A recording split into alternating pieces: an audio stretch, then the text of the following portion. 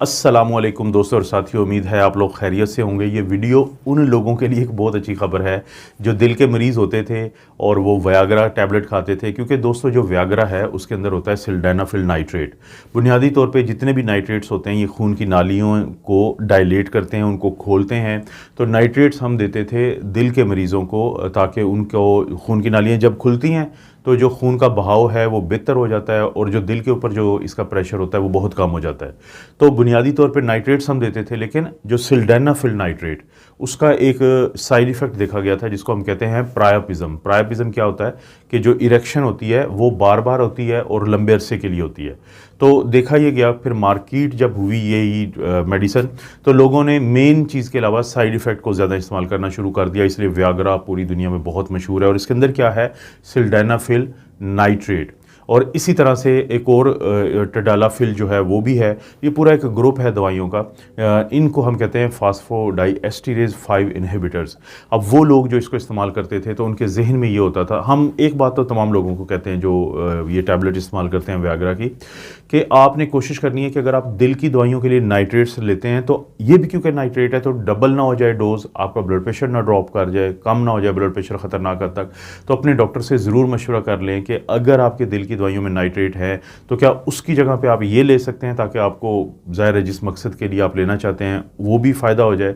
वो मकसद क्या होता है, वो इरेक्टाइल डिसफंक्शन नामी एक बीमारी होती है कि कुछ लोगों में जो इरेक्शन है उसका मसला होता है, तो उनके अज़दवाजी ताल्लुकात काफ़ी ख़राब रहते हैं। तो वो फिर जब ये टैबलेट लेते हैं तो इस चीज़ पे, इस मसले पे काबू डाला जा सकता है। और साथ ही कुछ लोग जो हैं उनको एक बीमारी होती है जिसको हम कहते हैं पल्मोनरी हाइपरटेंशन। पल्मोनरी हमेशा फेफड़ों से मुतल्लिक बात को कहते हैं, हाइपरटेंशन होता है हाई ब्लड प्रेशर। कि खून की एक नाली होती है जिसको हम पल्मोनरी आर्टरी कहते हैं, जो दिल का जो दायां वेंट्रिकल होता है, राइट वेंट्रिकल होता है, वहाँ से गंदे खून को, यानी जिसमें ऑक्सीजन कम है और कार्बन डाइऑक्साइड ज़्यादा है, उसको फेफड़ों की तरफ लेके जाती है, लंग्स की तरफ लेके जाती है। वो जो आर्टरी होती है उसको हम कहते हैं पल्मोनरी आर्टरी। जब उसकी नर्विंग हो जाए, जब उसमें बंदिश आ जाए जिसका बहुत ज़्यादा मनफी असर पड़ता है दिल की दाईं साइड पे, तो इस ब्लड प्रेशर को या इस ज़्यादा प्रेशर को जो नर्विंग की वजह से होता है, नाली के तंग होने की वजह से होता है, हम कहते हैं पल्मोनरी हाइपरटेंशन। तो इसको भी खोलने के लिए, इसको भी प्रेशर को कम करने के लिए जो है लोगों को सिल्डेनाफिल नाइट्रेट या टडालाफिल यानी फास्फोडाइएस्टरेज 5 इनहिबिटर्स दिए जाते हैं। लेकिन वो लोग जो इरेक्टाइल डिसफंक्शन का शिकार हों, वो लोग जो पल्मोनरी हाइपरटेंशन का शिकार हों और उनको ये नाइट्रेट्स दिए जा रहे हों, तो उनके लिए एक बहुत अच्छी खबर है कि 70,000 लोगों के ऊपर एक स्टडी की गई है। और ये स्टडी जो है, इसके जो रिज़ल्ट्स हैं वो अभी पिछले ही दिनों एक बड़े अहम जरीदे के अंदर शाया हुए हैं। उसका मैं लिंक डिस्क्रिप्शन में दे दूंगा, आप पढ़ भी सकते हैं। तो उसने ये बताया है कि वो लोग जो ये सिल्डेनाफिल नाइट्रेट का इस्तेमाल करते हैं या टडालाफिल का, तो उनमें 25% कम चांसेस होते हैं जल्दी अमवात के। उनमें 25% कम चांसेस होते हैं दिल के अटैक के, हार्ट फेलियर के या स्ट्रोक यानी फालिज के। दिल का अटैक का मतलब है कि खून की नालियों में क्लॉट आता है और वो जो क्लॉट होता है उसकी वजह से खून का बहाव दिल के पट्टों की तरफ कम जाता है, जिसकी वजह से दिल का अटैक शुरू हो जाता है। और दिल का फेलियर क्या होता है कि वो लोग जो जिनके दिल के पट्टों को नुकसान हो चुका हो, जब उनका दिल जो है वो अपनी पावर के साथ खून को जिस्म में नहीं फेंक पाता तो वो फिर फेफड़ों में पानी इकट्ठा हो जाता है, इसे हम हार्ट फेलियर कहते हैं। और फालिज या स्ट्रोक क्या होता है कि जब क्लॉट बनते हैं उन लोगों में कि जिनमें खून की नालियों की तंगी हो या दिल का मसला बना हो, तो फिर वो क्लॉट बाज़ का दिमाग की नालियों में जाके भी फंस जाते हैं, जिसको हम इस्कीमिक सीवीए या इस्कीमिक स्ट्रोक कहते हैं।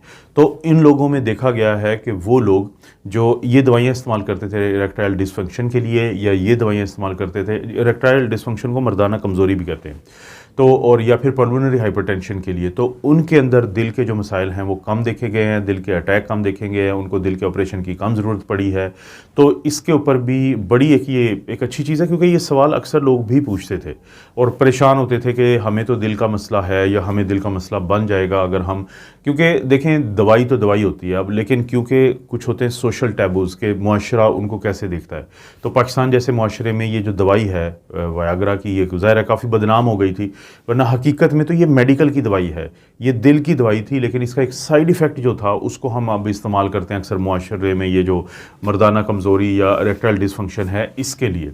तो ये भी बड़ी अच्छी एक रिपोर्ट है, आप ज़रूर इसको पढ़ें और इसको समझने की कोशिश करें। अगर आप इरेक्टाइल डिसफंक्शन का शिकार हैं, पल्मोनरी हाइपरटेंशन का शिकार हैं, अगर आप दिल के अमराज से बचना चाहते हैं और आप साथ ही ये भी इस्तेमाल करना चाहते हैं अपने किसी मसले के लिए, तो अपने डॉक्टर के साथ ये बात आपने ज़रूर डिस्कस करनी है।